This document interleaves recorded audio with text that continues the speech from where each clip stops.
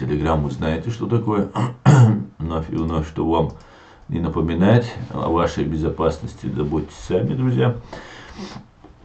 Я немножко сегодня приболел, и уже не сегодня, поэтому я так участвовать не буду, ну, буду слушать, как и вы.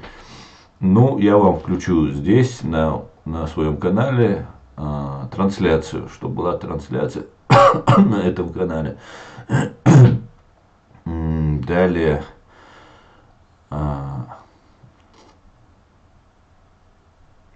заходите, задавайте вопросы, потому что если вы не будете заходить и задавать вопросы, общаться, то разные провокаторы, разные там агенты влияния, просто абсолютно бесполезные люди будут заходить и провоцировать там на базар какой-нибудь, да. Поэтому принимайте активно участие, друзья, общайтесь, задавайте вопросы Аяду и Дигу. И давайте общаться. Давайте общаться.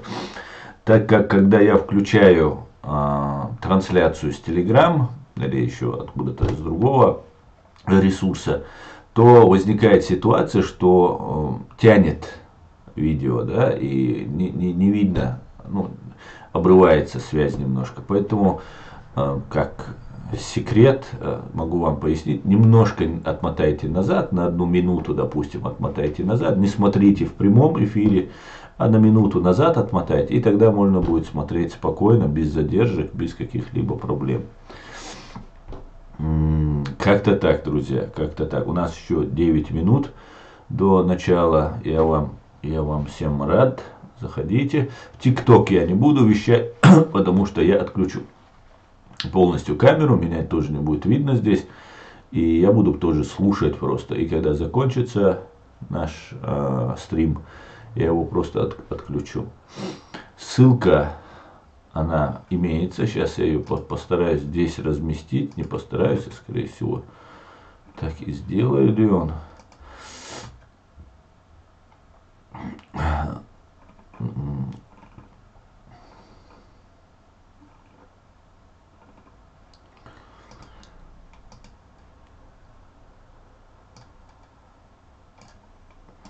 Сейчас я ее размещу у нас.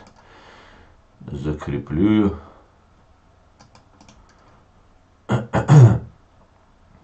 Так. Ну, здесь много получилось у меня. Ну, короче говоря, надо вот это немного больше получилось, чем планировалось. Я попробую по-другому это сделать. На минутку.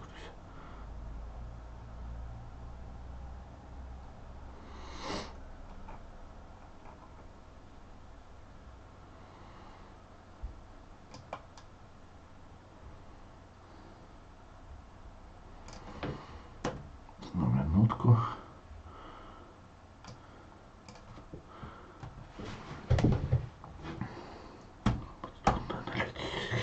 Центр. Вот так это будет.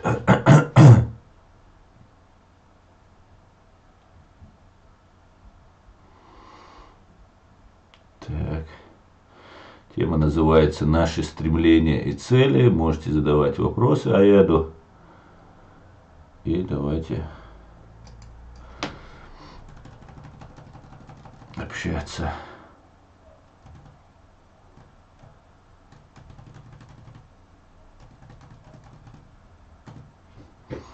Наверное, вот так, наверное, нормально будет.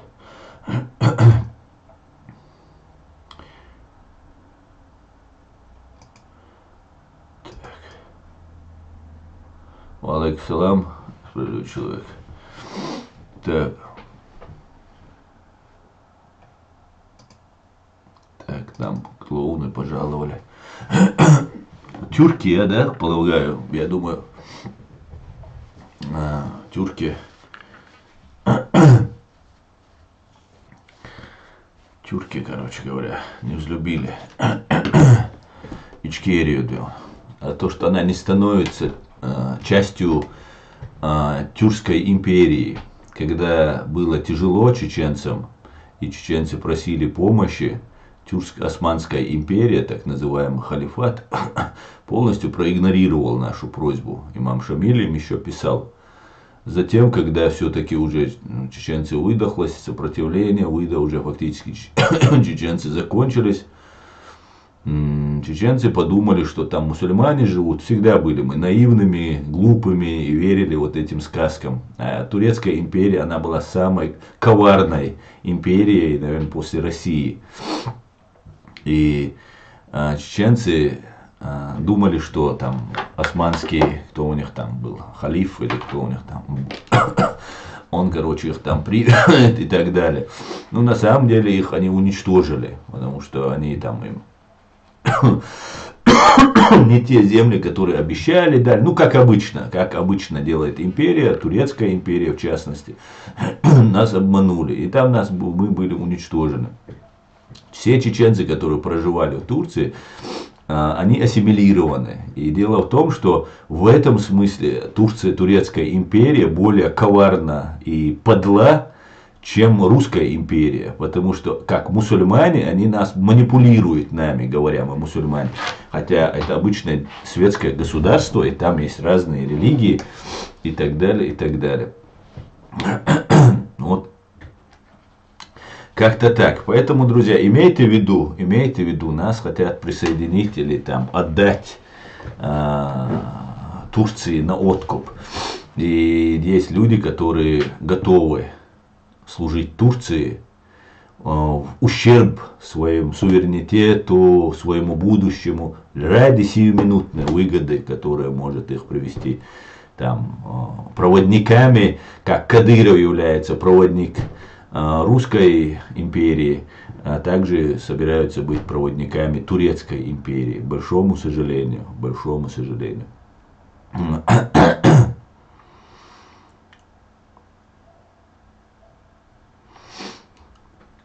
Так, друзья, осталось сколько? 3 минутки.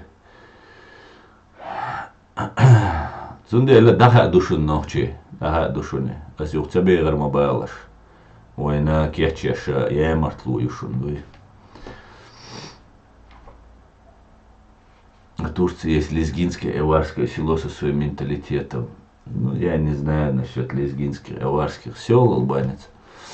Я знаю, что в Иордании есть чеченцы, которые говорят по-чеченски целыми деревнями, населенными пунктами. А в Турции их нет. Редко встретишь человека, кто говорит. Потому что Иордания не империя, по крайней мере, последние там века. Османы, турки, они всегда были имперцами и всех отуречивали. Я ничего против турецкого народа не имею. Большим уважением отношусь к турецкому народу. Но на территории Чеченской республики Ичкерия не будет турецкой империи. Пока, по крайней мере, хоть один чеченец будет понимать, что происходит и куда нас ведут. А Турецкая империя вместе с Русской империей всегда манипулировала и использовала чеченцев и кавказцев в целом. Поэтому как-то так. Да. Там есть полно черкесских. Ну, может быть, есть, не знаю. Добрый вечер, паной маршал души. Добрый, Георгий, витаю вас. Так, друзья, я сейчас буду включать Telegram и буду подключать вас. Сколько сейчас? Я извиняюсь, я очень захворал сегодня, чуть-чуть пришел в себя, хотя еще не вечер, как говорится. Хотя еще не вечер.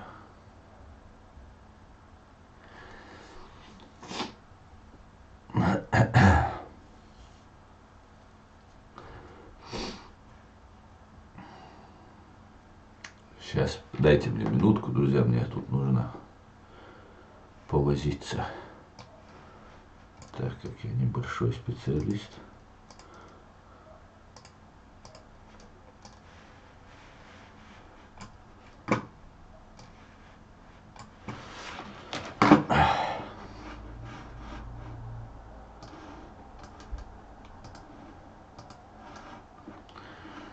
Наверное, это можно убрать сюда. Мне это нужно сделать не так, а вот так.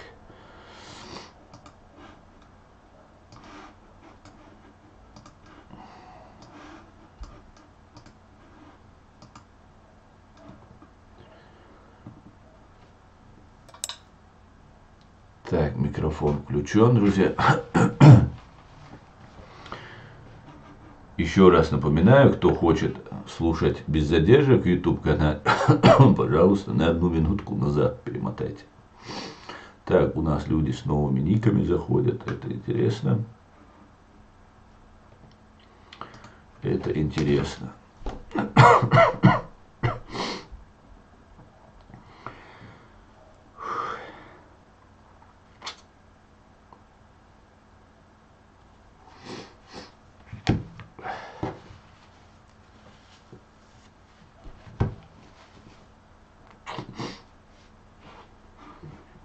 Спасибо, спасибо. Буду выздоравливать.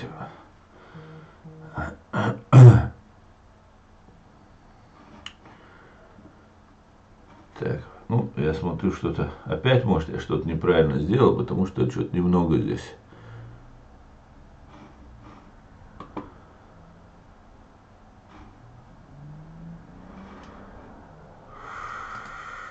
Что-то.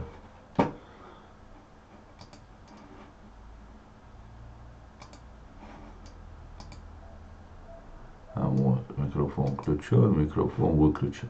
Отлично.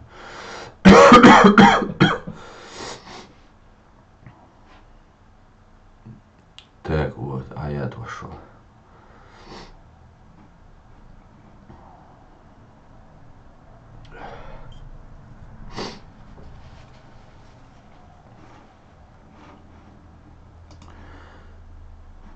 Ассаламу алейкум, сюрди кёлем, масера. Таман, сегодняшний наш, очередной наш стрим, платформа открытого диалога, где мы сможем задавать, где вы все сможете задавать вопросы Президиуму правительства Чеченской Республики Ичкерия. Сегодняшний стрим назван «Наши стремления и цели». Так, наши стремления и цели.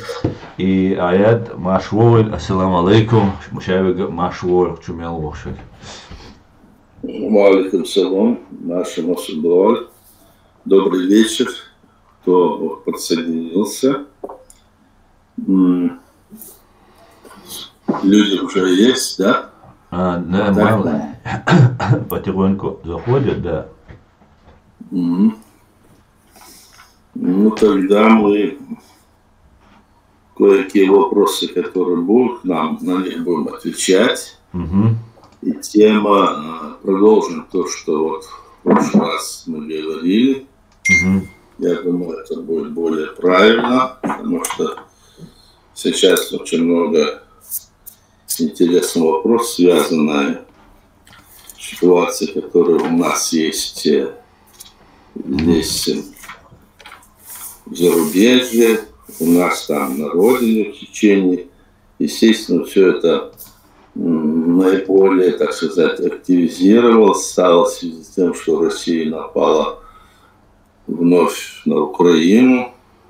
И весь мир как бы сейчас вокруг всего этого вертится, куда, как говорится, несется ситуация. Вот что сейчас нас всех волнует. Ну, как вот мы понимаем, здесь у нас много вопросов, связанных с тем, что происходит. Вот такие нас вот вопросы волнуют. Почему вот мы, чеченцы, разного рода, скажем, политических воззрений, почему мы не стоим на одной плоскости, почему мы не можем эти вопросы так осознать, чтобы их решить, и что для этого нужно. Почему вот здесь у нас появились разного толка деятелей, которые говорят, нам надо, значит, то делать, это делать, и другое. И как я, вот, допустим, мы замечаем, есть, и главное, все те, о которых мы говорим в зарубежье, и даже те, которые есть, ну, скажем, не чеченцы, а есть другие государства, их представители, как-то вот относятся к нашей проблеме не совсем верно, вот, если брать с точки зрения той позиции, которую занял наш народ, когда развалили Советский Союз и было воссоздано наше государство. Почему они за нас не болеют, почему это происходит, такие вопросы возникают. Но мы по этому поводу вот, уже давно пришли к выводу, что если ты сам не хочешь заниматься своим вопросом, то другие люди и другие страны этим не будут заниматься. Как-то вот наш первый президент сказал, если мы говорим о вопросе, почему нас не признают, то вначале подумайте сами, почему мы сами не признаем свое государство. Нам надо самим признать свое государство и на этой основе двигаться и дальше. Не ожидать, что кто-то придет и нас признает. Нас признают и нашу линию одобрят, если мы будем ее сами отстаивать и на ней будем, значит, держаться и потом обосновывать это аргументами, документами и, ну, той борьбой, которую мы ведем за нее, за эту наше признание в мире. Ведь вот такая ситуация. Вот вокруг этого, мне кажется, надо было бы нам всем поговорить. Ну, здесь у нас есть и гости, я надеюсь, мы на русском языке говорим, чтобы это было общедоступно. Есть и наши люди. Так давайте вот подумаем, в чем вопрос. Может быть, кто-то из наших гостей или кто-то из наших людей, вот, которые сейчас здесь есть для начала, может быть, они скажут, в чем, коротко, в чем причина, что нужно делать, почему вот мы считаем, что мы можем своевольно действовать по любому вопросу, каждый, вот, допустим, пример. Вот возьмите наши, так скажем, движения, которые были, ну, с 91-го года, я и скажу, а скажу вот где-то с 95-го, 7-го года, когда вот закончилась первая война, которая называется, ну, это была агрессия, 4-я. Почему с тех пор у нас появились такие движения? Нет, нам эти государства не нужно, одни говорят, другие говорят, это хорошее государство, по нашему менталитету это не пойдет. Что нам делать? Другие говорят, мы должны быть в составе России. И потом еще несколько разных вариантов, связанных с Горской республикой, связанных с Конфедерацией народов Кавказа. И там масса таких вопросов, которые просто запутают человека, который в этом деле, ну, скажем, не сведущ для начала. Если есть, пусть кто-нибудь там сейчас свое мнение скажет, пожалуйста, желающих. Давай вот так вот сам построим нашу беседу. Да, давай, пожалуйста. У нас опять технические проблемы на YouTube-канале, как обычно. Но здесь потихонечку заходят люди. Задавайте, друзья, вопросы и на тему, которую сейчас обозначил Аят Эдигов. Аят, можно я тебе вопрос задам, пока сейчас еще никто не задает? Да, но я пока скажу. Почему я так ставлю вопрос? Потому что у нас это есть платформа свободного диалога. Мы исходим из этого. Потому что мы не будем там навязывать, если какое-то свободное любой вопрос, но только в рамках приличия, в рамках сдержанности мы можем любой вопрос обсудить, поговорить, ответить на него. Пожалуйста, давай. Как мы видим, скорее всего, произойдет мировое изменение мировой системы безопасности, архитектуры безопасности. Организация Объединенных Наций либо будет изменена, либо будет полностью распущена и создана новая организация, как после Лиги Наций. Мы этого пока не знаем. Ну, будем надеяться, что Россия лишится права вето там и все такое. И это очень такой важный исторический момент и для нашего народа в том числе, потому что мы можем застолбить, так сказать, себе место в новой Организации Объединенных Наций и иметь свой уже правовой статус государственный. Но система складывается, как я вижу, складывается таким образом, что либо Россия хочет через своих симулякров нас взять под свой контроль, используя тот же Рамзан Кадыров, например, создает батальон шейха Мансура, Байсангура Биноевского. Это все наши национальные лидеры, которые раньше в истории боролись против оккупации, против той же России. Причем, будучи наместником российских властей во время оккупированной Чеченской республики Ичкерия, Рамзан Кадыров, понятно, что это он сам не может говорить, делать, это все делается с разрешения, с указки Кремля. На Западе, в принципе, я так полагаю, согласны с тем, чтобы мы какое-то место заняли в этом мире. Но есть еще другая сторона вопроса. Здесь еще появляется, и давно она здесь присутствует, турецкая сторона, которая тоже с Россией еще в царское время. Вместе они с нами имеют какие-то свои претензии на Кавказ они имеют, скажем так. Как ты, наша сегодняшняя передача, стремления и цели, как ты видишь, какая позиция у нас должна быть в этом мире, где с одной стороны нас припирает Россия, с другой стороны эта Турецкая империя, и недалеко находится та же Иранская империя, тоже имеет долгую историю имперства и так далее, и так далее. Какое наше место ты в этом видишь и какие наши цели должны быть? Вопрос такой обширный. Но исходя от того, что ты говоришь, что может все измениться, как международное право и все такое, ООН, все это.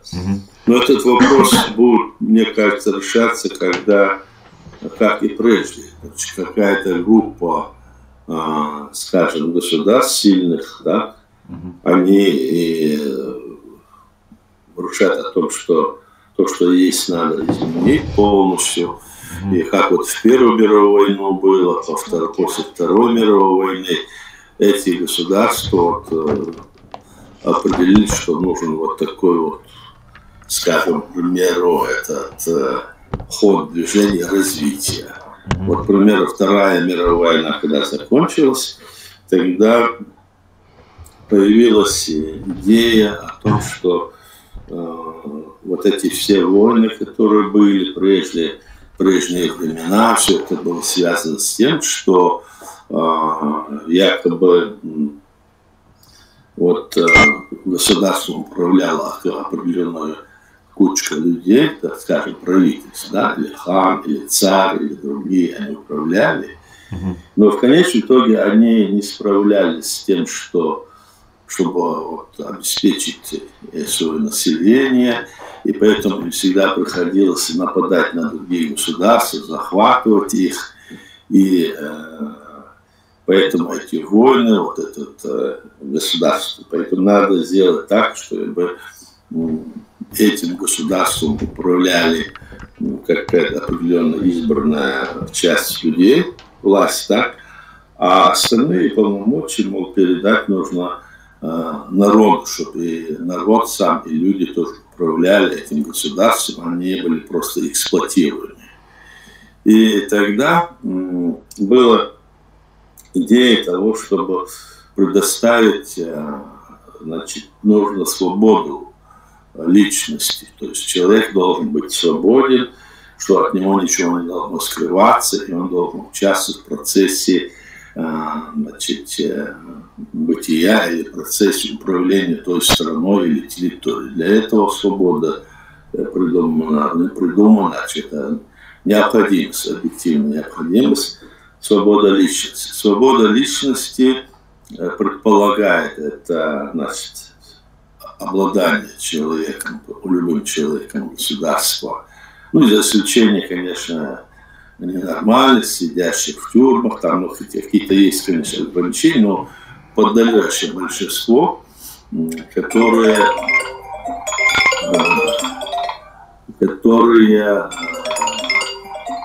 мне здесь звонят, не знаю, секунду, я прервусь.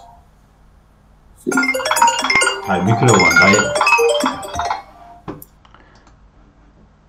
если будешь отвечать, микрофон, да, ты выключил. Друзья, у нас идет прямой эфир в Telegram, Аят Эдигов, президиум правительства Чеченской Республики Ичкерия. Сейчас Аят отвлекся, там звонок важный.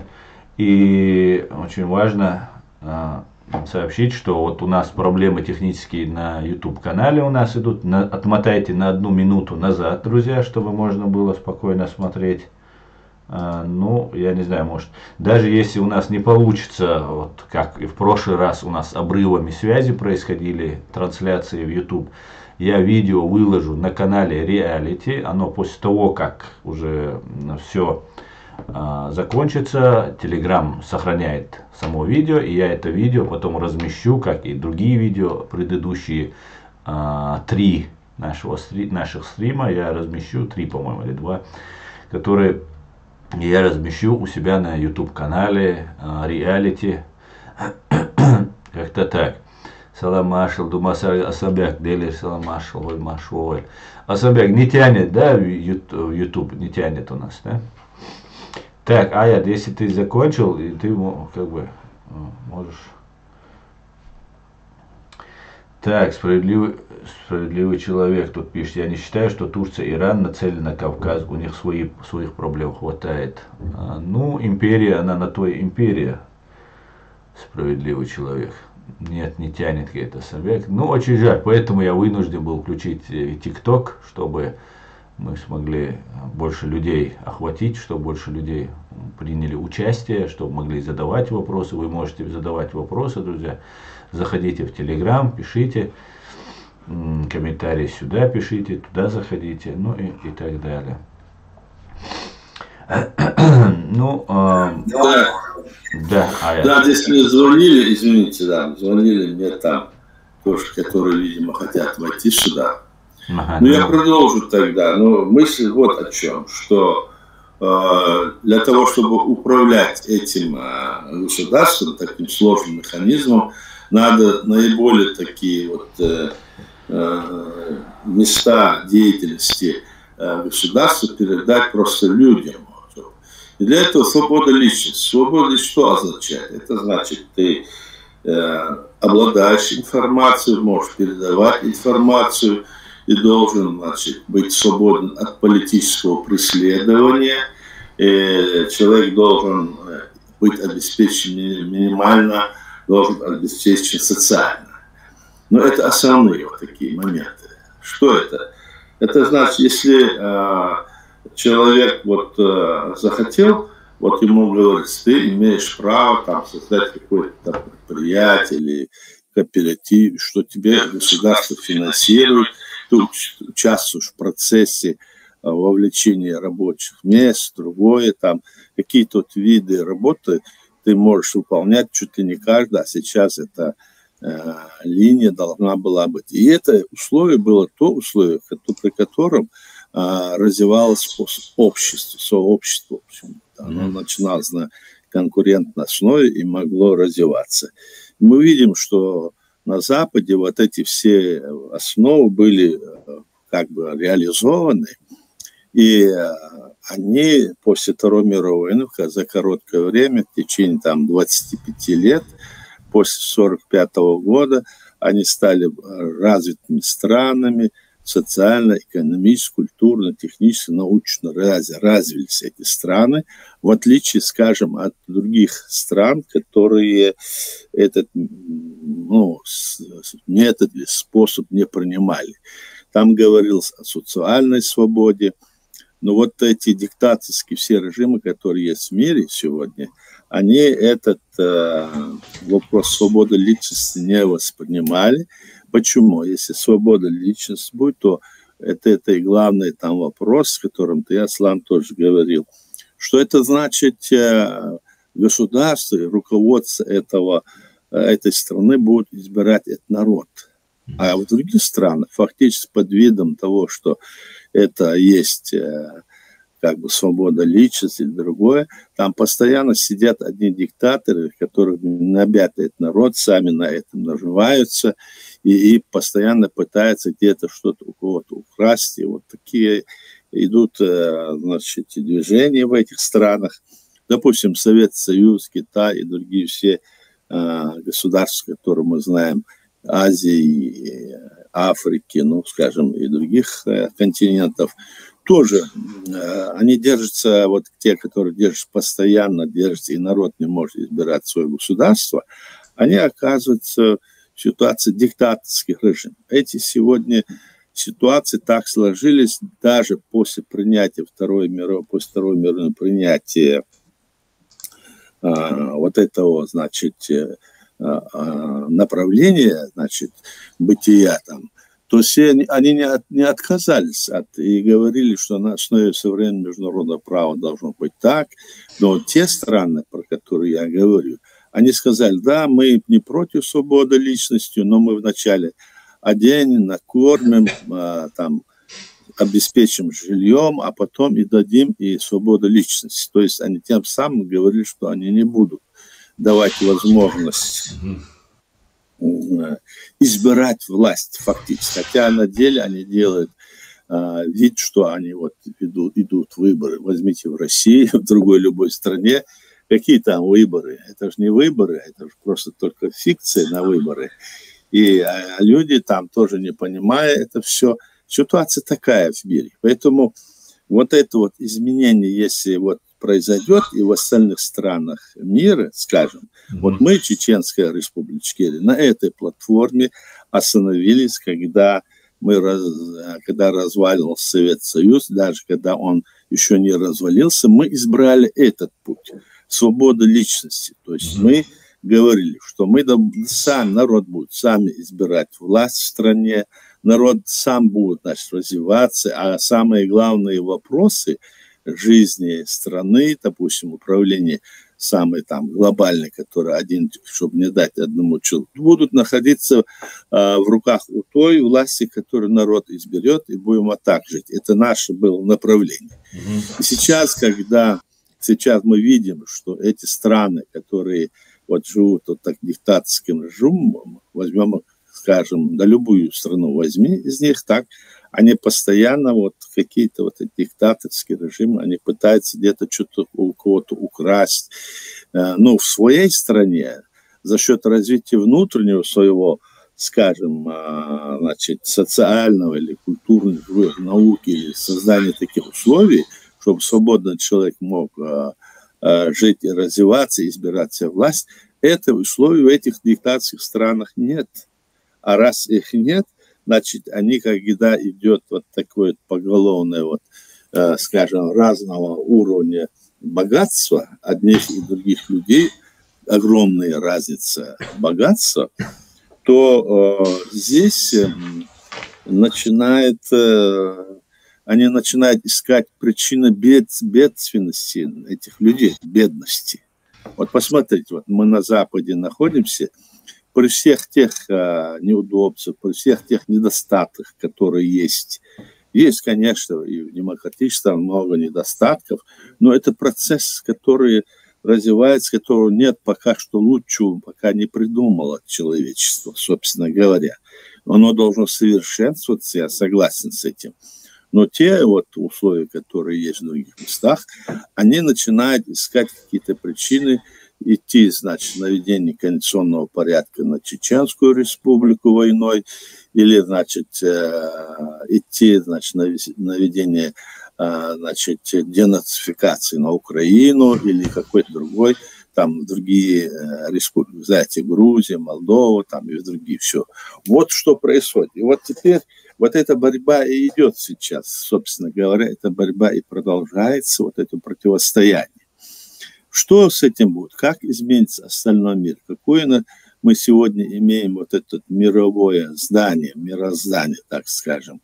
Вот это будет зависеть, вот отвечая на твой вопрос, Аслан, как можно это изменить, вот эту ситуацию. Как раз-таки борьба идет, кто в этой ситуации может победить. Если сегодня полностью, скажем, вот эти демократические устремления разных стран, которые сегодня нацелены на то, чтобы лишить эти диктаторские режимы, и придет к власти, скажем, Украине, нашей республике, которая оккупирована, и другие, много государств оккупированы, если они придут к этому направлению и движения развития, то может измениться современное, скажем, международное право, может измениться что-то вот в этом международном там законах, принципах, которые есть.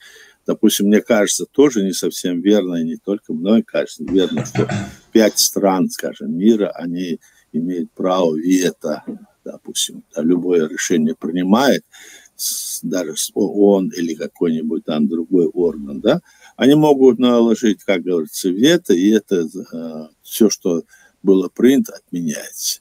Этим пользуются вот некоторые диктаторские режимы, которые есть, скажем, в этом в Совете Безопасности ООН. Это, например, Россия, Китай, там какая еще там страна.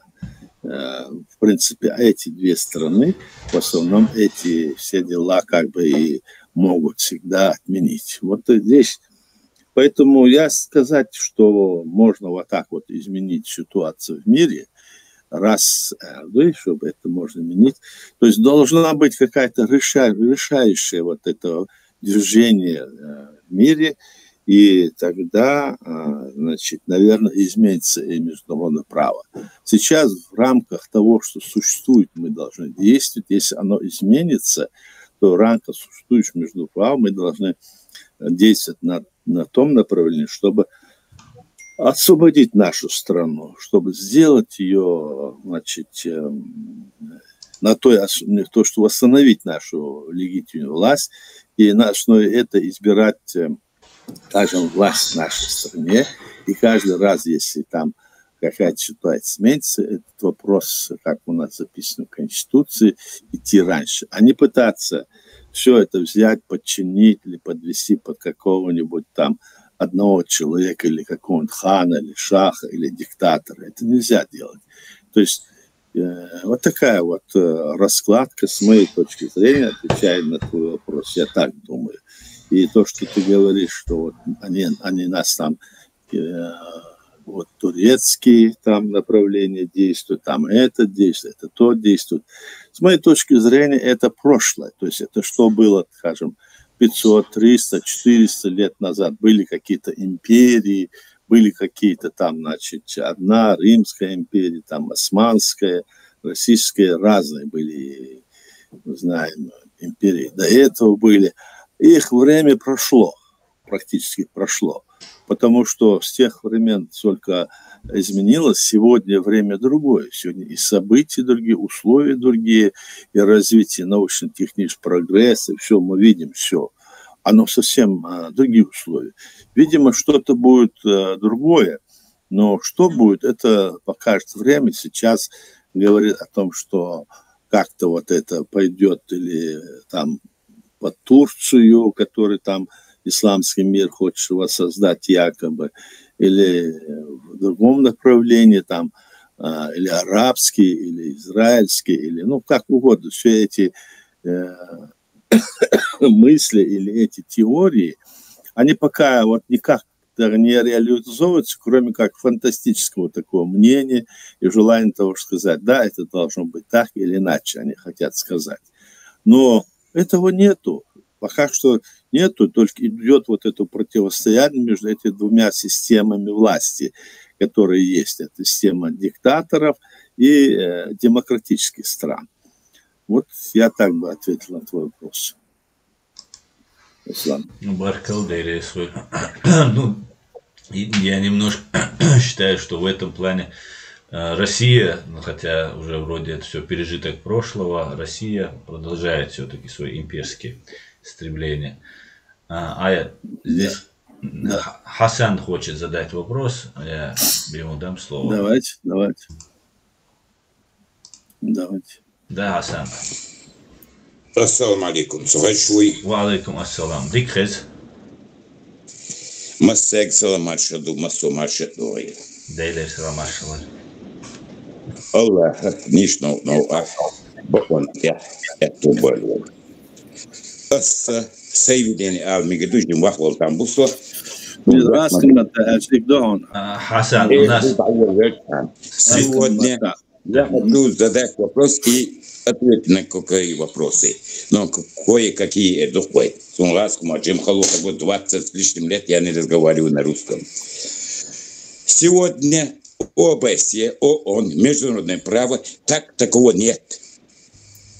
Давайте говорить правду, которая есть правда. Это создано для Америки, для России, для Китая и так мощных государств, для себя. Они на наши митинги, на нас смотрят, как на нищих, которые пришли просить у них что-то под окнами, делаем митинги. Это наша Чеченская Республика ничем не поможет. И Украине не поможет.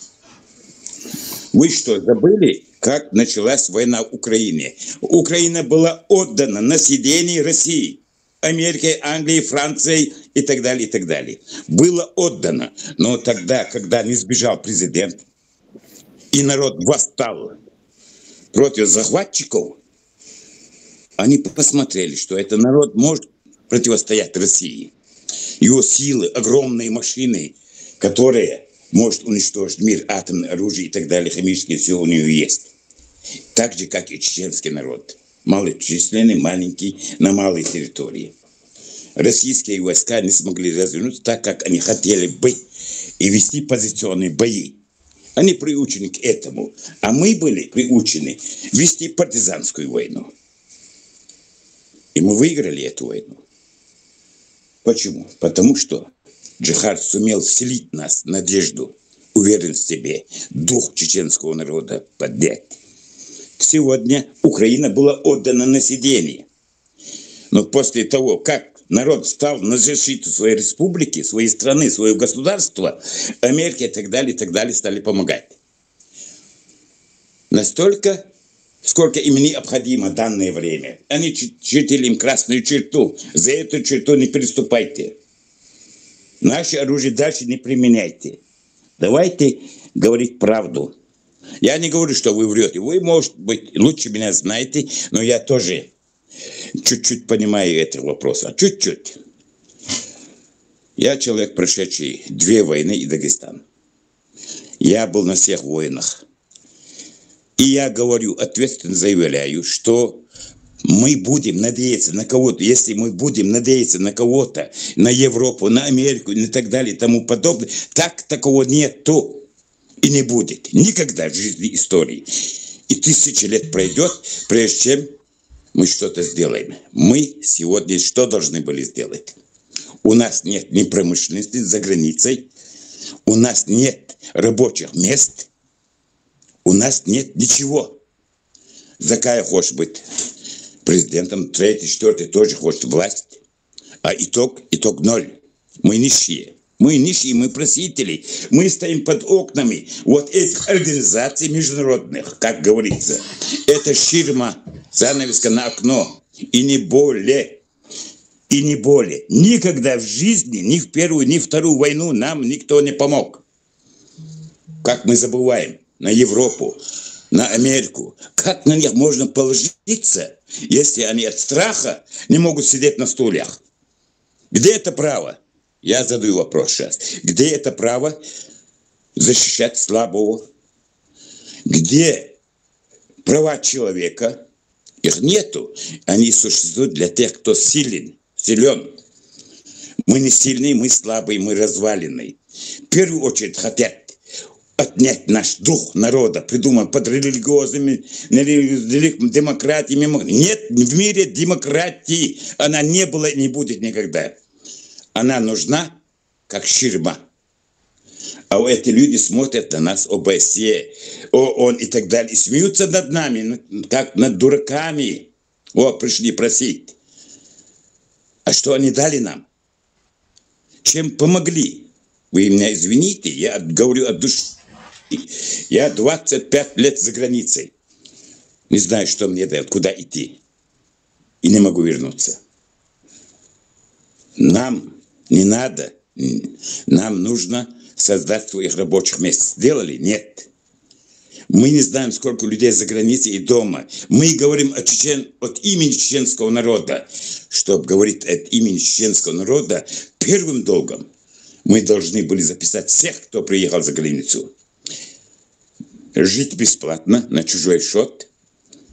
И тех, кто выехал за границу. Какой бы он ни был, выше нашей земли, мы должны были с нашей республики записывать и вести контроль. А мы дали все это на поток. Кому как хочется. Комитеты на нас деньги собирали, другие, третьи, ха-ха и так далее и тому подобное. Они дают деньги кому? Кому они помогают? Тем, кто силен. То группами, джаматами, командирами и так далее, там и создали и поставили условия. Нет, мы вас разгромим, так вы будете платить. Они им платят. А кто не понимает, они ничего не платят. Они их кормят. Тогда где шариатское право? Где мусульман? Где эти люди? Я хочу увидеть их. Я хочу услышать. Я хочу увидеть Америку, которая не сможет остановить войну в Украине. И так далее, и тому подобное. Америка и дальше за ним кто идет. У них есть деньги, они сильные. Израиль есть деньги, они сильные.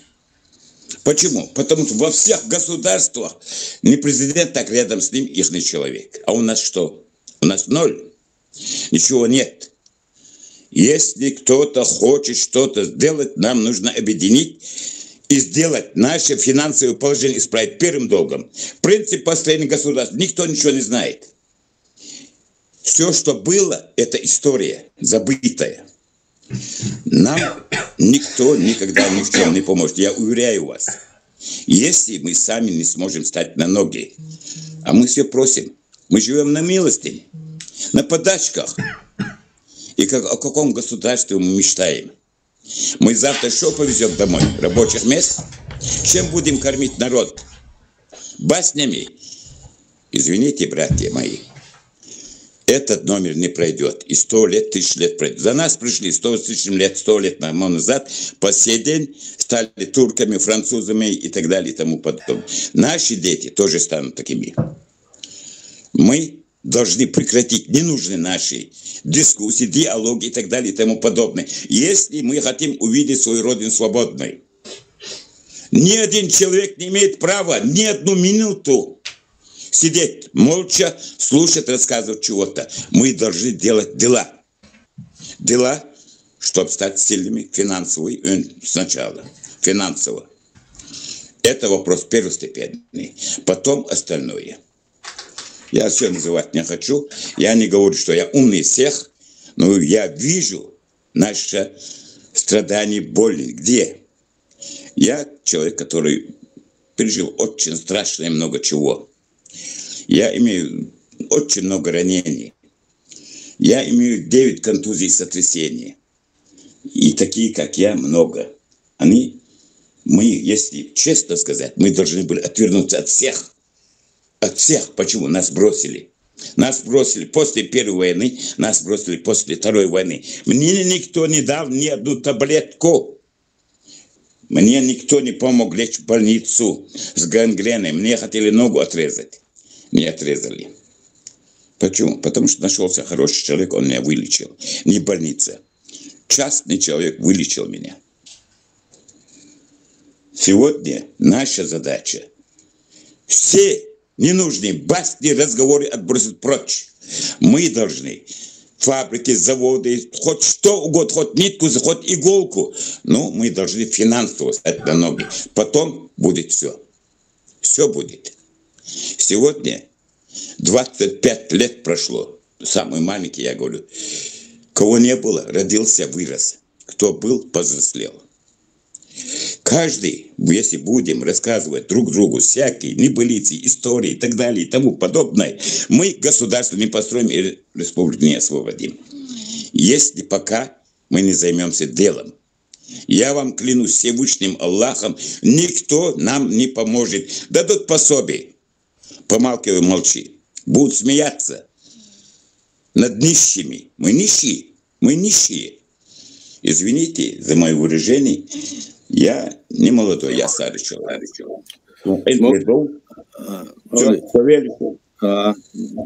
Ну, если хочет кто-то, пусть скажет тоже. Пусть еще. Давайте. Тамам, давайте. Сюжету. Одно замечание я сделал тебе. Это наша болезнь. Мы должны вылечить. Молит, одно замечание. Ты говоришь, мы маленький народ. Почему мы маленький народ? Что, ростом маленький? Или по возрасту, или сколько тысяч лет нашему народу? Мы не маленькие. Мы просто малочисленный народ в данной ситуации.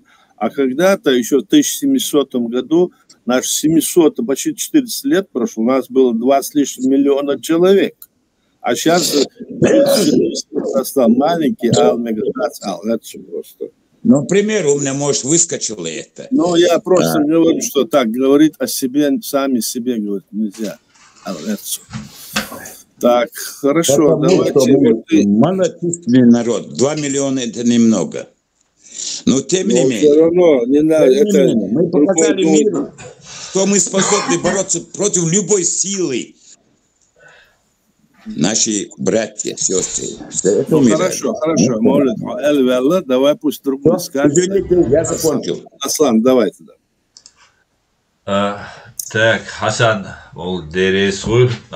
конечно, можно со многим согласиться, Асан, что ты говоришь, немножко можно поспорить, но давайте предложим кому-нибудь еще и тебе возразить, и Аяду задать вопросы. Друзья, прошу вас, кто хочет задать вопросы, кто хочет пообщаться, не стесняйтесь, задавайте свои вопросы.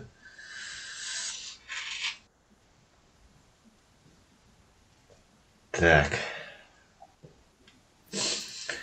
Все молчат.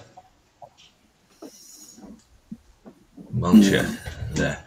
Как обычно, все стесняются, у всех дома родственники и так далее.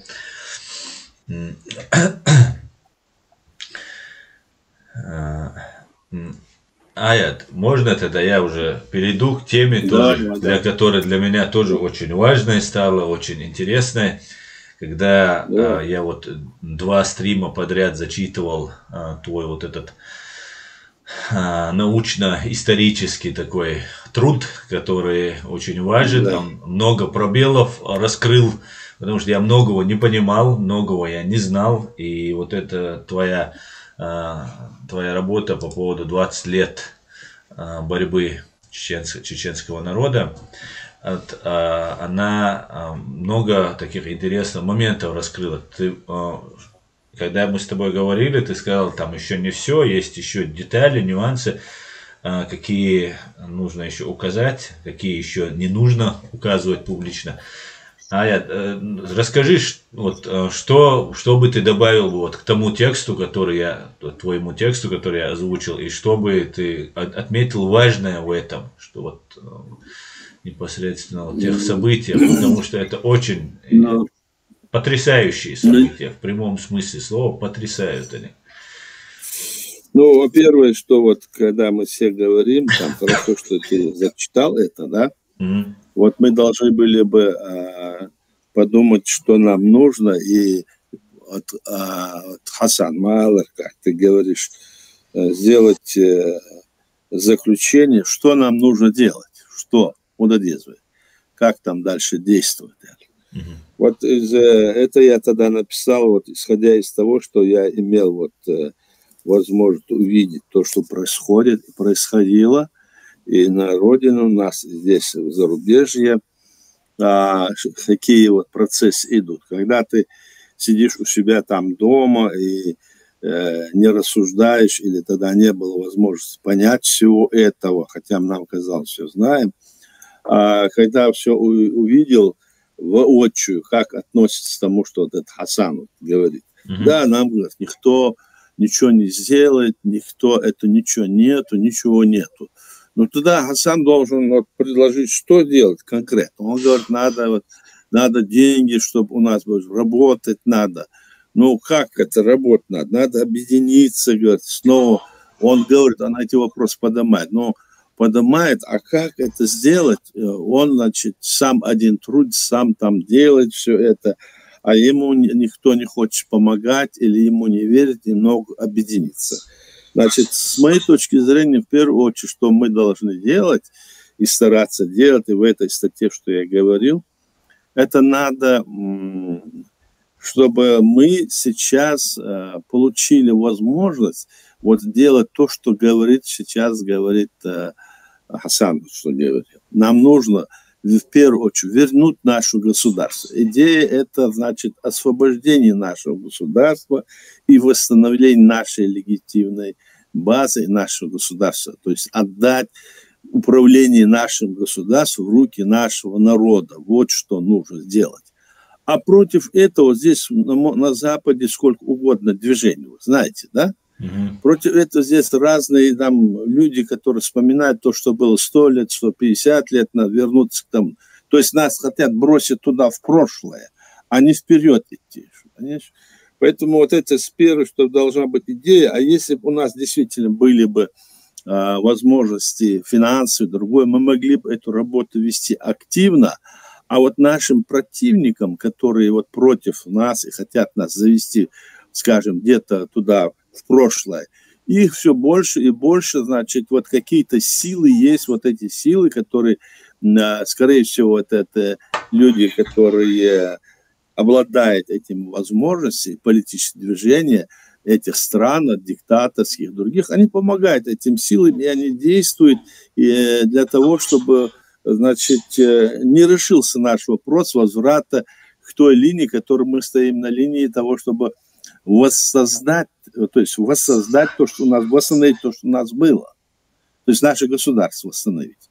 Они не позволяют и все делают для того, чтобы для этого нам нужно информационно вот работу вести, ее как бы здесь раскручивать. Мы должны четко и ясно сказать, было вот это, было это, сказать. Было так и так и так.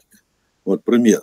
Вот, к примеру, ты там вот, когда читал, говорил о том, что вот, допустим, не точно, ну не то, что говорил, а точно не было сказано, я скажу о том, что вот в 2007 году, скажем, команда, скажем, Закаева, значит, пошла, начала, объявила себя таким, потому что как будто бы, потому что президент заявил о том, что он там переходит на шариатское правление или Эмират Кавказ строит. Например, вот такое. Или не так сказал, но четко не было сказано. Но на самом-то деле надо говорить всегда всем нам.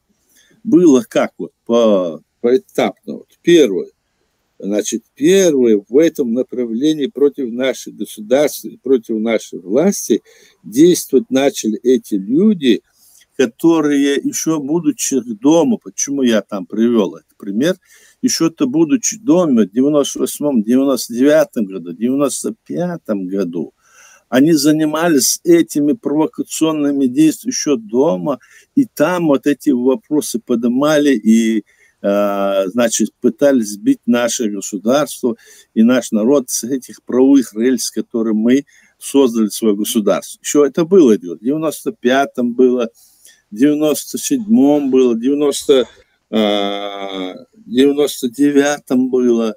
То есть я хочу сказать, что-то. И потом, когда они прибыли сюда, И потом и здесь они начали. То есть я хочу сказать, в 2007 году вот о том, вот сейчас вот вчера вот мне вот кто-то прислал здесь ролик, я слушал, оказывается, там Закаев собрал, еще когда он там на собрании своем делал, где-то в Брюсселе тогда, помните, они собирали его. Он собирал, потом этот Бартмашу собирали. И вот там Закаев говорит, что мы единственная легитимная власть, и мы ее никому отдадим. Мы поэтому стоим, чтобы потом ее передать кому-то и то-то, тот и Дюйцу. Ну, хорошо. И когда человек, который это слушает, думает, да, наверное, смотри, он правильные вещи говорит. Но в то же время он просто мутит вот это все, говорит неправду, обманывает людей, и еще в этот обман, наверное, сам верит. Почему он это делает? Наверное, потому что вот такое у него направление действия, или потому что он на тех плоскостях стоит, которые сегодня нужны Кремлю, скорее всего. А это так и есть. Все его действия, все их действия, они как раз-таки прямо документально подтверждаются. Все, что они там говорят, это в пользу Кремля. И сегодня даже. Это есть документы. Вот смотрите. В 2007 году, в октябре месяце, это документы есть, он опубликованы везде есть. В октябре месяце Закаев и его команда начал утверждать, что господин президент, который тогда был у нас Док Умар, что он незаконно получил 500 миллионов и он почал, продал наше государство, и там на этом разбогател, и хочет создать, или создал, конечно, это дошло до того, что создал, значит, религиозное исламское государство, если это сделал, то мы все против, мы демократ такой.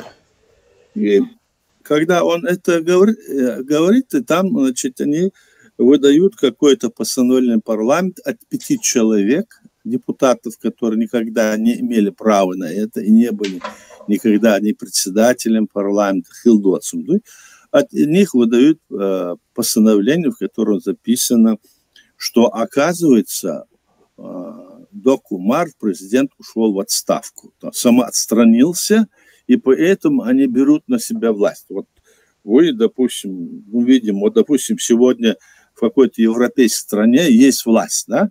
И вот берет какая-то кучка людей, заявляет, вот они самоотстранились, а мы вот власть. Это что? Это называется что? Вот такое они сделали. И, значит, когда они сделали, они должны были сказать, да, если, допустим, это сделал президент, покажите, проявите документ. Давайте поговорим. Они не говорили с нашим, вот, который есть на Западе или в Европе, на всей Европе, которые есть наши политики, ни с кем не разговаривал, Закаев ни с кем не советовался из нас, и самостоятельно собрал свою группу людей, которые у него были в его Министерстве иностранных дел, которых он сам назначил. Не кто-то, не президент назначил, а сам себе назначил. С ними он совещаясь, вот такое сделал, и теперь везде ходит, заявляет, что ему кто помогает. Вот в чем дело. А мы на это ведемся. И весь мир остальной думает, он министр туда идут. Мы говорим, вот это мы должны опровергнуть, что это неправда. Почему? По факту президент не выпускал таких документов, не было доказательств того, что он делал. То есть при жизни, при действующем президенте, при действующем нашем правительстве этот с Министерства иностранных дел человек заявляет, что мы теперь, вот эти 5 депутатов, мы являемся главой государства, и это является премьер-министром. Вот такие вещи нас на каждом ходу, если будут вот так вот делать, мы чего стоим того тогда? Мы поэтому заявили, что это неправда, это нельзя делать. Да, это правда, что вот так и было, но ты тогда, когда читал, я говорю, наверное, люди не поняли. Но через месяц, когда прошел месяц после того, как Закаев все это заявил и все это говорил, через месяц вдруг появился действительно Док Умаров, тоже на государственной сети Кавказ-центр, и заявил, что он Амир Эмирата Кавказ. Но это был уже, он был уже не президент, потому что как он нарушил это, он с этого момента он перестает быть президентом. И притом заявил он это не как президент, а просто как частное лицо. Он не сказал, я президент такой-то. Он не сказал, я президент такой-то вот с таким-то, таким-то, таким-то, заявляю, что создаю вот это. Он не сказал этого. Раз он сказал, я как частное лицо. То есть ситуация такая, что как будто бы все перешло в руки после этого этому Закаю и его окружению. После этого до этого они принимали секретные переговоры, делали, в которых говорили, что наша территория часть России. Это было в Лихтенштейне, это было в Швейцарии, это было в Копенгагене. Потом они принимали решения, вот, которые называются концепция обусловленной независимости, в которой тоже говорится, что у нашего государства нет, что мы являемся частью России, из нынешней России мы должны выйти. А как мы должны оттуда выйти, если мы туда и не входили, понимаете? Вот что творят эти люди. Я и сейчас говорю, и тогда говорил, оставьте все эти дела, вернитесь с конституционного поля, давайте вместе там как бы работать, будем вместе работать, что-то делать, вернитесь с конституционного поля, как говорится, признайте свои эти ошибки и вернитесь. Нет, они не хотят это делать. Разве это несправедливо? Потому что в мире действует только это. Если мы иначе будем вот таким вот самозванцам позволять действовать в мире, то тогда у нас ничего не будет. Как говорит Хасан, у нас не будет ни денег, ничего, с нами никто считаться не будет. Мы не можем, мы как масса, которая есть, допустим, которая вот оккупирована, это как раз сегодня выгодно нашему врагу. И мы с этим не должны мириться. Вот что я хотел сказать вот в этой статье, которую написал. Вот это был, это главный момент, который я сейчас хотел тебе просто усилить вот, внимание твое, понимаешь? Но дальше там было много других вопросов, вот подобных вопросов было, что это было не в первый раз, понимаете, это было не в первый раз. Раньше, еще в 2003 году, вот у нас было там движение в 2003 году, когда, значит, наши деятели тоже тогдашний бывший председатель парламента, первый заместитель председателя парламента и один из руководителей комитета, они взяли вместе с русскими, Абдул-Латипов, Шахрай, с ним договорились, и с ними подписали, вначале в Москве они договорились, потом приехали к нам туда, в Грозно, в парламент, зашли к председателю комитета. Сам парламент об этом и не знал. Допустим, я, будучи зампредседателем, я и не знал, от меня это скрывалось тоже, и от депутатов скрывалось. Они подписали протокол о том, что мы являемся частью России. Представляете?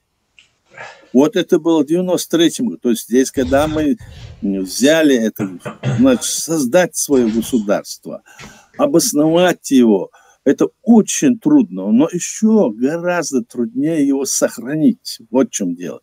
Уже тогда шла вот эта вот война, уже тогда вот эти агентуры российские, которые среди нас были, и они сами нам это делали.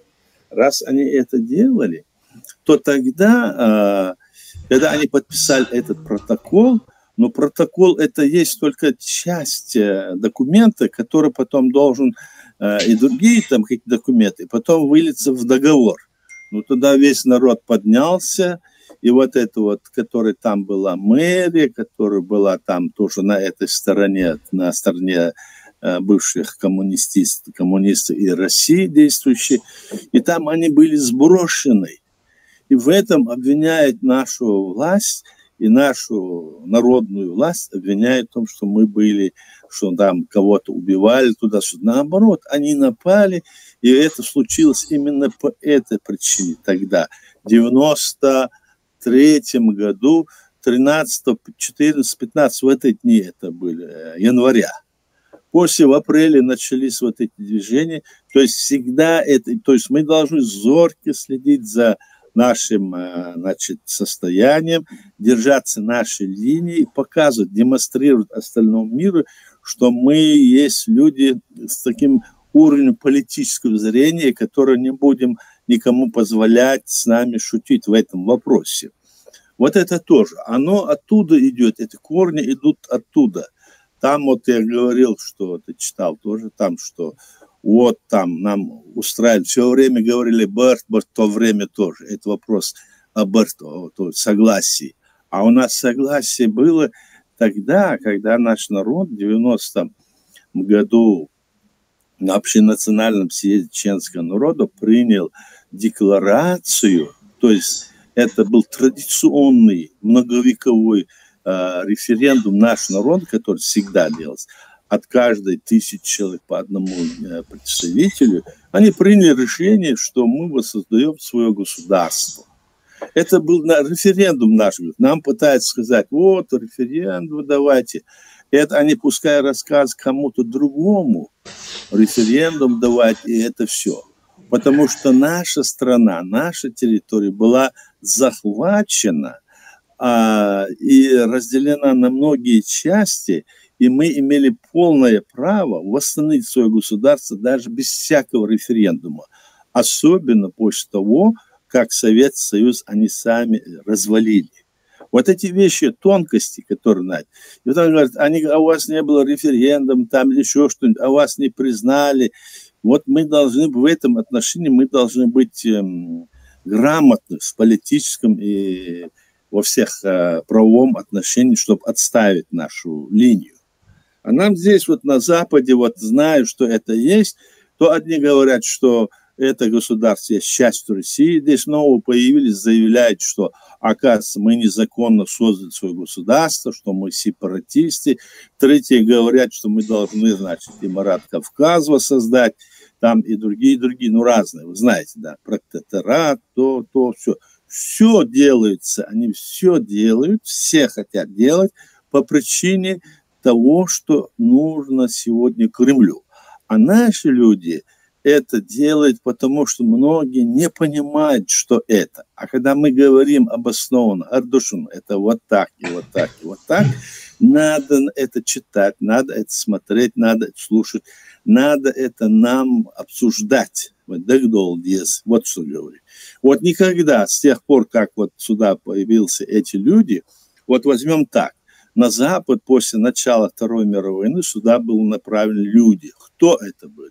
Это был направлен наш министр иностранных дел, это был сюда направлен, значит, депутаты, вот я умею эти полномочия, со мной был еще один человек, двое. А остальные, которые сюда приехали, это просто беженцы, по большому счету. Просто беженцы, которые приехали лечиться, то все, и здесь они на Запад хотят, некоторые активно там, давайте на Западе здесь создадим новую власть. И вот этим занимается вот эта группа, о которой я говорю, или другие. Это делать нельзя, это с точки зрения и нашей Конституции, и с точки зрения нашего международного права, скажем, которое существует в мире, это непозволительно. В другой стране без участия своего народа новую власть нельзя. Мы за это и боремся, чтобы освободить нашу территорию и там, значит, провести очередные выборы власти. Вот мы за это боремся. А все те, которые были во власти, когда началась война, и которые оккупируют нашу страну, менять эту власть никто не имеет права. Как это пытается делать там Закаев или другие. Нет, она была... есть та, которая избрана нашей властью.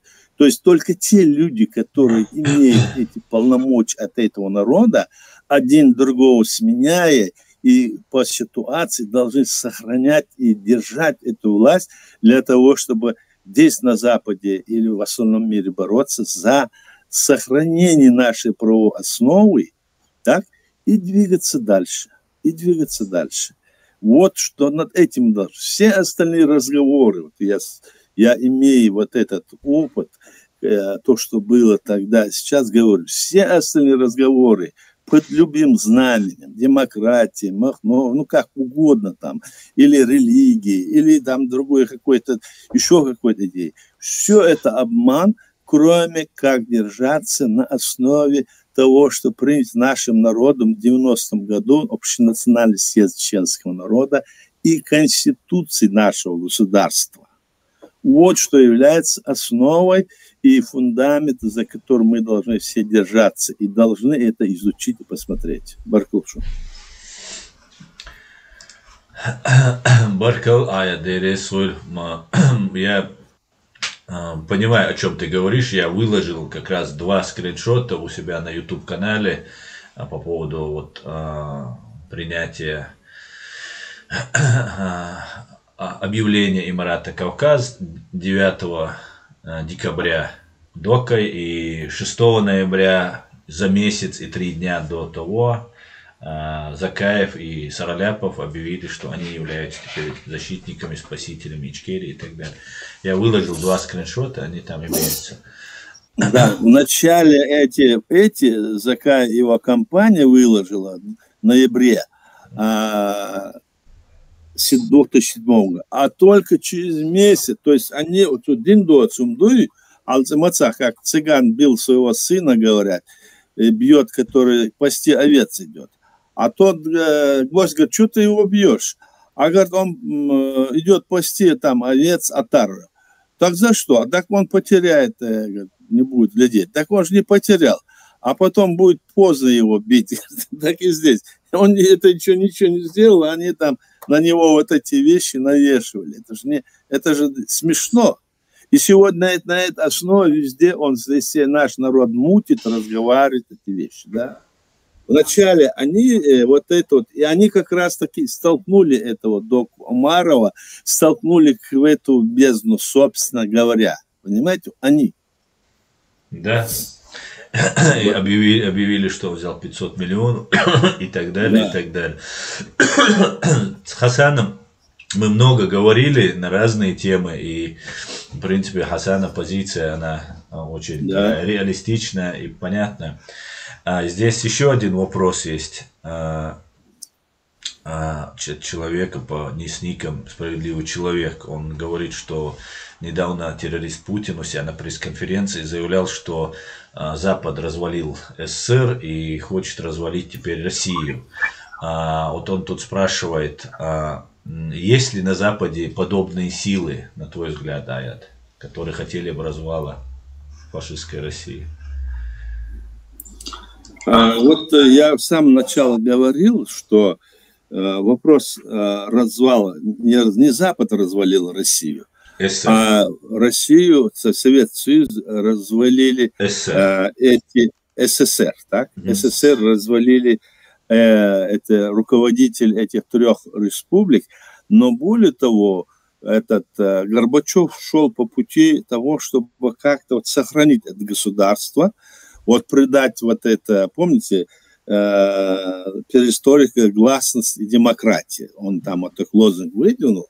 И все вот эти республики и люди, он переходил на эту платформу, Горбачев, и хотел изменить систему, там, сделать ее там какой-то союз.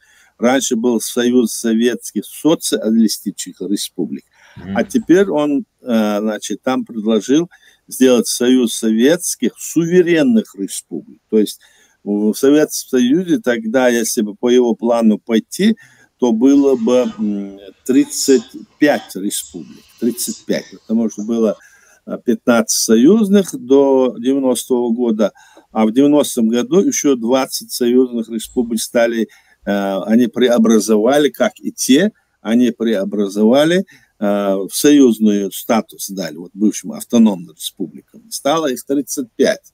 Но поэтому против этого выступили эти сами вот эти ГГЧПисты, потом их, когда они проиграли, народ поднялся, они проиграли там, туда к ним подключился Ельцин, перехватил инициативу, издал указ, что теперь все республики, все министерства ему подчиняются, так, и вот он начал вот эту всю процедуру, да, дальше начал, он не мог стать тогда вместо Горбачева, Горбачева они отодвинули, и потом в итоге получилось так, что они хотели, тогда надо было бы по тем законам, которые были приняты, каждый народ там должен был там, мог, значит, принять решение о том, что он будет делать. А для этого нужно было делать так. Или кто задает вопрос? Нужно было сделать так. А как это? Это каждый народ, как и наш народ, который провел референдум о общенациональный съезд, принял решение, избрал власть новую, потому что статус изменился, так? Избрал новую власть и принял решение, что он будет делать. Новым государством или войдет, скажем, в федерацию вот этих новых преобразований. Это им не дали сделать. Ни Ельцин, ни другие не дали это сделать. Они развалили этот Советский Союз, сами развалили для того, чтобы управлять этим процессом развала, имея в виду, что разойдемся, чтобы потом сойтись. Я хочу вам напомнить одну вещь, когда все русские все время говорят, вот Ельцин сказал, берите столько себе суверенитета, сколько хотите туда-сюда. Они обманывают. Это он говорил еще, когда Советский Союз был, когда сам себе там, когда принята была декларация в 90-м году, 12 июня, их была и других деклараций, которые в это время. А так ведется, как будто бы это он говорил, мол, из России, которые хотят выйти, то как будто он им это говорил, так? Нет, это он тогда говорил, еще раньше он в Башкирии это говорил, приезжал туда и говорил. Поэтому ситуация складывается так, что этот Советский Союз развалился только по одной причине, потому что нищета дошла до такого уровня, я как-то показывал, за хлебом километровые очереди были и по чекам давали. Такая огромная страна обладает такой мощью, экономическими ресурсами, оказалась такой бедной для простого человека. Только определенный там круг людей что-то умел, воровали себе, наверху сидели. И поэтому нужно было эту власть как бы передать. Помните, тогда были кооперативы, создали какие-то фирмы, сельхозяйства, другие. Люди хоть чуть-чуть зажили. Какой-то год, когда Горбачев пришел, год-два, там, 3, по-моему. И вот, когда они, эти Советский Союз хотели вернуться, ГКЧП сделали, вот тогда люди, увидев в этом прогресс, так, и то, что им нужно, они вышли и со всего Советского Союза даже приехали, под танки ложились и становились, надо защищать эту страну тогда, эту эру. Поэтому развал СССР произошел только по одной причине, потому что та верхушка, которая сидела наверху, так, она не готова и не могла бы обеспечить народ питанием, даже элементарным питанием могла обеспечить, товарами, продуктами. Все, что у них было самого низкого качества. А так как на Западе, в других странах была вот эта вот свобода личности, они могли создавать любые фирмы и там вот это все развиваться, они конкурировали, делали лучшие товары, лучшие продукты, сельскохозяйство, наука и техника развивалась вовсю тогда. А у этих было направление только одно – социальное и военное. Они готовились военные. А когда то, что они покупали, скажем, на Западе или в других странах, покупали за счет нефти, газа и леса, когда на эти товары, скажем, которые они продавали, цены упали в мире, раз падают цены. Вот когда падают цены, когда потребности нету, когда превышается спрос, упали цены, и тогда Советский Союз вот так вот раз вывелся, ничего не могут сделать, магазины все пустые. Какая-нибудь там курица синяя или какая-нибудь рыба лежит, которую никто кушает, хлеба нету. Вот такая, вот по этой причине. А кто им не давал возможность, чтобы в этой стране такой богатой все было? Кто им не давал возможность?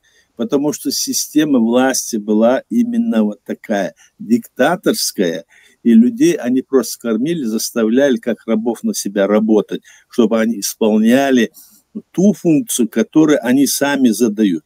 Они направились сделать коммунизм во всем мире. Вы знаете, они десятки стран мира, там, в том числе даже Соединенных Штатов Америки, партии там организовали. Все эти партии, они коммунистические, кормили, понимаете, содержали их. И это были их агентуры в тех странах. И Штумдаршу никакой там вопрос в том, что единственное, что было плохо, Запад действовал по своим, как говорится, принятым мерам, демократические страны действовались, и они развивались. Они что, должны были так же, как и в Советском Союзе, упасть, что ли? А какая была страна Китай, помните? Китай была еще хуже, чем, но они преобразовались там, как говорится, коммунистическое, там, такие вот, они дали им возможность тоже развиваться в этом плане, экономическое развитие дали. И вот Китай стал развиваться, и сегодня развивается не полностью по этому вопросу, там очень такие сложные вопросы. Сейчас, там вот, мы не будем сейчас на это переходить, но Китай это та же диктатура, которая была там, но они как-то за счет этого огромного количества населения, которое даже неучтенно, у них есть очень большое население, неучтенное. На один паспорт в каждой семье, говорят, там вот я разговариваю с китайцами, на один паспорт, если у них 5 детей, там раньше это было, то на один паспорт они работать ходили по очереди. И в многих местах у них там неучтенное население много, и ситуация так как-то сейчас поменялась там, но все равно я вам говорю, что вина в том, что развалился Советский Союз, только в системе власти, которая была диктаторской в Советском Союзе. И сегодня эта же система находится и на территории этой Российской Федерации, России, но они позволили делать то-то, то-то, то-то, но весь этот бизнес все взяли под свой контроль. Все эти миллиардеры, все под контролем у власти. И у них нет, они тоже, как говорится, щенята бегают, их тут же могут они придушить, захватить, вы же понимаете, что такое. Вот что происходит. Баркал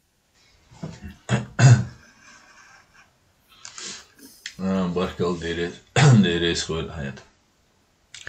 Так, еще очередной вопрос от того же человека с ником «Справедливый человек».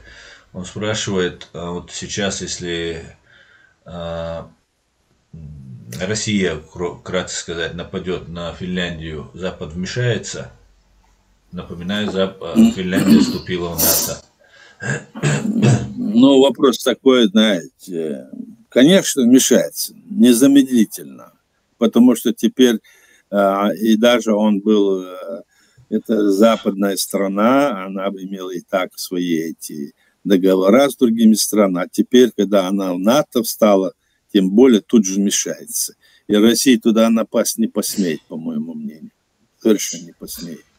Она получит сразу удар по всем, как говорится, точкам, которые они не ожидают. Это я так думаю. Ведь сегодня то, что делает Украина, им они дают то, что они могут, они дают им только оружие как защиты, а оружие нападения они не дают. Мы же знаем, вот в чем вопрос, так? И они обеспечивают, они на это работают, знают это, конечно, это так. Разумеется. Я очень сомневаюсь в том, что, я даже уверен, что на Финляндию или на западные страны они не посмеют напасть. Они просто там эти вещи говорят, там пугают, знаете, у них больше информационные. Да. Я так думаю. Возвращаясь к нашей теме, сегодняшнее название нашего стрима, наше стремление и цели, вопрос. Вот нам,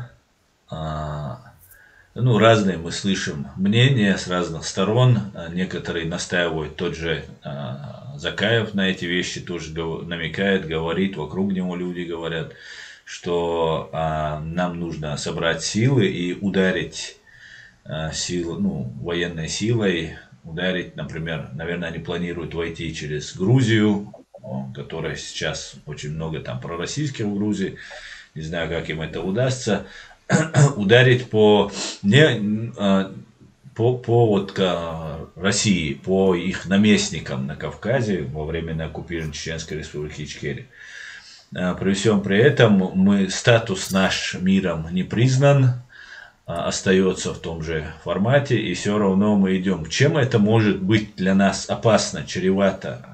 Вот этот момент разъясни более подробно, потому что люди, ненависть к Кадырову, ненависть и надежда, люди надеются, что если они силой заберут, например, власть у Кадырова, у его вот этих опричников путинских, то есть шанс, что вот одна власть останется, Ичкерия получит свободу, независимость, и только после этого нас кто-то признает. Вот этот момент более развернуто объясни нам, пожалуйста. Ну вот все мы должны понимать, что Кадыров там не решает эти вопросы, он только исполняет. Если его, допустим, они сменят или кто-то нападет, сменит, это не значит, что Москва, там, Путин, они будут сидеть спокойно. Наоборот, для них это хорошо, для того, чтобы ударить по этой территории нашей, да, и закинуть туда нас ракетами, бомбами, все, что угодно позакидать, его РС-шбац, они не такие беспокойные. И остальной народ, у них план это был и есть, об этом Жагар зачитывал сам самостоятельно, это есть даже ролик, в котором они планировали выселить нас под предлогом там эвакуации вплоть до Дальнего Востока и другие регионы, пустующие в России, а сюда заселить всех русскоговорящих, навечно наш выселить. Половину поубивать, и что потом мы не... То есть они эту провокацию делают. Вместо того, чтобы здесь на Западе существует, значит, наша линия, есть платформа, есть наша государственная, значит, основа, есть президиум, и чтобы мы могли объединиться и здесь работать полностью единым фронтом, чтобы мы могли работать по признанию нашего государства все, они там на всякие группировки делать, это не надо, или лучше, вместо той задачи, которая у нас первая стоит, это мы законно создали свое государство, так? А раз мы его создали, вот нас признала Грузия, нас признала Украина, нас признал там Кипр, там когда-то Афганистан признавал, эти все такие моменты есть. Но эти места, они сейчас недостаточно. Сейчас вот Украина вот это признание сделала, но оно до конца еще не оформлено. То есть оно там признание сделало, а дальше шаги украинская власть тоже не делает. С чем это связано? Почему и как? Этот вопрос мы рассматриваем, мы пишем и президенту, и, значит, и их парламент, отправили, значит, письма, обращаемся к ним. Но у нас находятся люди, которые там вместо того, чтобы на этой основе действовать, они пытаются сбить нас с нашей политической правовой основе и на другой основе с ними вот это о признании говорить. Этих людей здесь много. Поэтому говорить, что мы сейчас вот таким образом куда-то уйдем в сторону и создадим, придя туда через какие-то территории, на территорию захватим это вообще нереально сейчас. Нереально, потому что кто пойдет туда? Как они пойдут? Кто их пустит туда? Где у нас возможность? Первое, что нужно обязательно готовиться к этому, то, что они говорят, готовиться, чтобы наши воины были способны к этому, чтобы они готовились. И эти воины тоже, этих батальонах, они должны понимать, что только имея этот опыт ведения современной войны, защиты нашего государства. Но в политическом плане мы должны, и все наши воины, которые там есть, и на Западе, мы должны работать по деоккупации нашей территории, по признанию наших другими странами. Я должен вам сказать, что мы наряду с тем, что мы написали письма обращения к власти Украины, когда это было тогда, вот еще в 21 году, в 18 до этого мы эти письма и эти отправляли и в польскую, из Польши, их президенту, их конгрессу, их сенату, всем им тоже точно такие были письма. Отправлены они и в Литву, отправлены они и в Эстонии. Есть даже решение о признании нашего признания. Где этот документ, что мы должны над этим работать. Это вот это как бы, значит, мы, как, допустим, наш дом, да, мы должны его, скажем, мы говорим, он наш. А чтобы туда войти, нам необходимо доказать это, как бы показать, и чтобы остальные люди и страны это увидели, действуют. Сегодня нету, как ты говоришь, признания нашего государства. Этот остальной, скажем, западный и другой мир, думая, что вот это все как-то так успокоится, тогда, когда мы создали свое государство, они не поддержали нас и совершили ошибку. Сегодня тогда, как говорил и наш президент, если вы сегодня говорите, что Чечения – это часть внутреннего дела России, то завтра настанет день, когда Запад станет внутренним делом России. Так оно и идет, как вы видите, понимаете? Поэтому в этом ключе мы должны работать, и мы должны объединиться именно под основой нашего государства. Так в их удачных.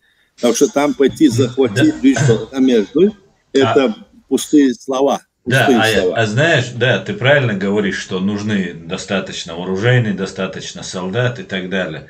Но я полагаю, что они рассчитывают на тех людей, которые служат сейчас России, которые уже будут переходить под видом, я не знаю, осознавших на сторону Закаева, а Закаев планирует быть во главе вот этого всего, и таким образом,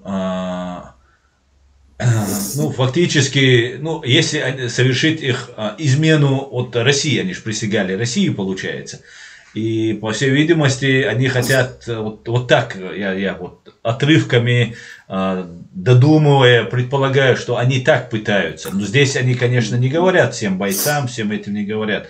Но вот Закаев и вот верхушка, планирующая это, они планируют, так как они не убивали людей, так как они против чеченского государства не воевали, и что вот эти люди будут составлять костяк вот этих бойцов, которые будут свергать Кадырова. И, ну, вот такая у них цель, на мой взгляд. Нет, если там будет вот в данной ситуации, которая там есть, с какой стати, кто там, где там это есть, этого нету там, пока мы видим, этого нету, это основы там нету, потому что там ситуация военная, знаете, военная ситуация, может всегда, так, и говорит о том, что они там поднимутся против Кадырова. А что против Кадырова подниматься? Против Кадырова подниматься не надо, если даже его сместят, другого поставить. Потом третьего поставить. Вот эти процессы в составе России. Это нам не нужно. Нам нужно, чтобы освободили нашу территорию и восстановили свое государство. А для этого нам нужно на Западе решать этот вопрос, а не прыгать из одной стороны в другую, говорит там Горская республика, то это, я же говорил. Все, что угодно говорят, но о воссоздании и незаконном восстановлении нашей республики, восстановлении ее и признании ее речь не идет. Об этом как раз говорилось, когда вот они сюда ехали, я, кстати, делал им там приглашение, все, давайте, они совершенно повернулись в другую сторону и этим занимаются, понимаете? Нет, этого, того, что там, эти все рассказы, они очень много этих разных, скажем, вот этих измышлений, это для того, чтобы запутать людей.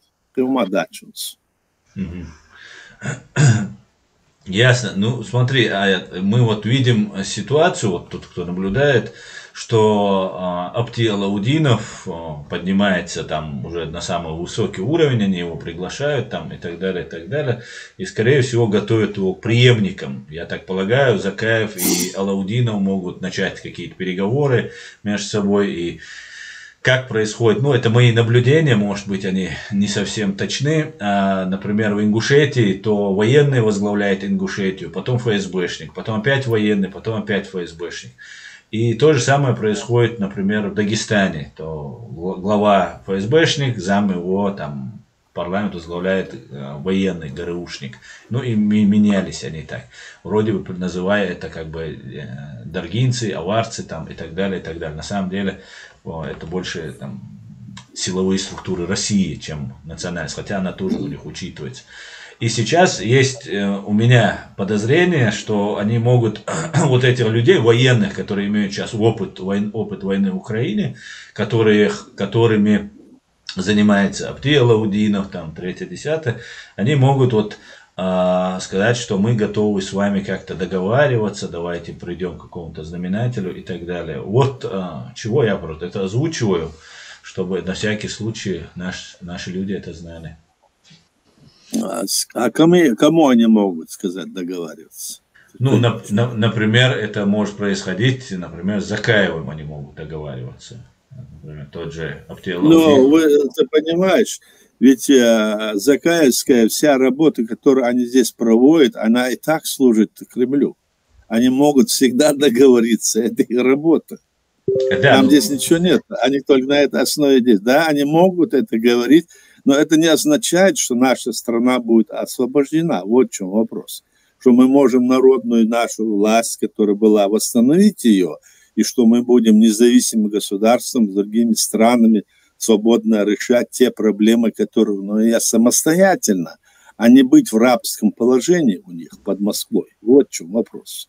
А так-то эти работы, которые делают, вся она идет именно в эту копилку, под Кремль.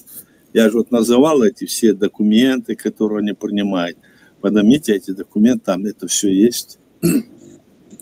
Так что это разговоры, чтобы запутать людей.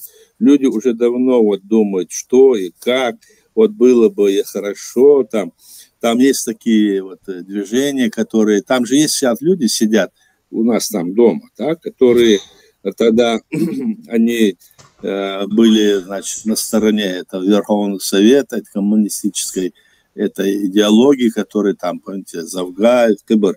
Эти люди там сидят, и там они же грамотные, они пишут, а остальная, которая молодежь, которая там есть, она вся забита тем, что и она вынуждена что-то искать, выход из положения, что-то делать, отправлять на убой в Украину. Они идут и не знают, что происходит. Это им говорят, то есть мы там Россию спасаем, как будто бы. Ну, в общем, то, что там происходит, это ненормально. Конечно, это ненормально. И думаю, эти разговоры, мы точно можем сказать, то, что на Западе вот эта команда, которую мы назвали, они и другие, которые ошибочно им содействуют, будучи с ними или против этих команд, которые заказ команд, да, они, будучи как бы соперниками, им соперник, они вместе как раз таки льют воду на мельницу Кремля. Мы это должны видеть. А как они льют? Если мы отходим от нашей основы, то есть мы отказываемся тогда от своего государства, а это говорят то, что нужно кому? Это нужно Кремлю. А если мы не боремся за признание нашего государства, не ведем активную работу политическую, правовую, там на уровне, на всех уровнях, там, общественной, там, или там религиозной, или там другой линии, там какой-то, любое общественное движение, которое есть у нас и наши друзья. Но если на этом уровне мы не ведем работу по деоккупации нашей страны, все остальное идет в пользу Кремля. То есть идет в пользу того, что Кремль нас законно оккупировал, и что мы, значит, эту страну не можем, свою страну восстановить и не имеем права. Вот мы только вот смогли сделать то, что сделали сейчас. Вот в 22 году Украина сделала, так? Но это не без того, что участвовали наши люди все. И не без того, что было сделано нашим народом этих 5 агрессиях, когда мы так вот боролись и создали в соответствии с международным правом. Какую линию поддержал этот скажем, Киев. Он поддержал линию только того, что мы создали свое государство в рамках современного международного права и нашей Конституции. Все остальные, которые заявляют то-то, то-то мы сделаем, это не проходит, это не пройдет. Вот в чем дело. По крайней мере, опыт это показывает. Баркал, друзья, задавайте вопросы. Я немного отключусь. Вот у нас есть здесь модератор, второй, у него Халид его зовут, у него 35 859, не поменялся, он никак не может поменять. Если что, он будет модерировать. Друзья, задавайте вопросы, я на некоторое время отключусь, вы продолжайте общаться, мне просто нужно. Давайте, пусть включается. Я себя идет, плохо чувствую, сам может задавать вопросы между сами. Давайте. Так, друзья, вопросы будут, и я отключаюсь.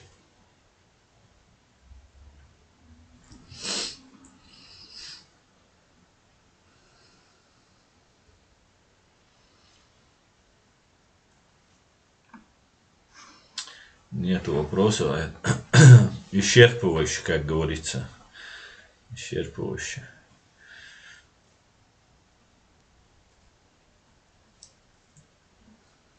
Если нет вопросов, может быть, закончим тогда сегодня. В следующий вторник там снова встретимся, поговорим. Если есть вопросы, пускай задают. Надо вот с этими нашими людьми. Мы вот только 2 раза говорили об этом, поэтому люди пока еще не заходят. Надо как-то активнее их привлекать. Они, наверное, не знают, что мы здесь. Но пускай тогда этот Халид, он хоть сам какой-нибудь вопрос задаст, включится. Давай тогда, раз он есть, чтобы познакомиться. Так, Хасан, выстрели твой аят. Хасан, выстрели.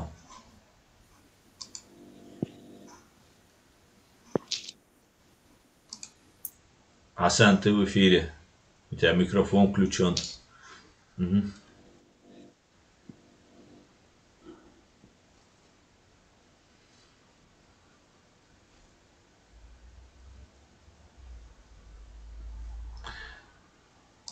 Так. Хасан, выстрел. Хасан, выстрел шуя, у тебя включен микрофон, и ты молчишь. Вот, интересно, Хасан. Его давило, Хасан, интересно, что его.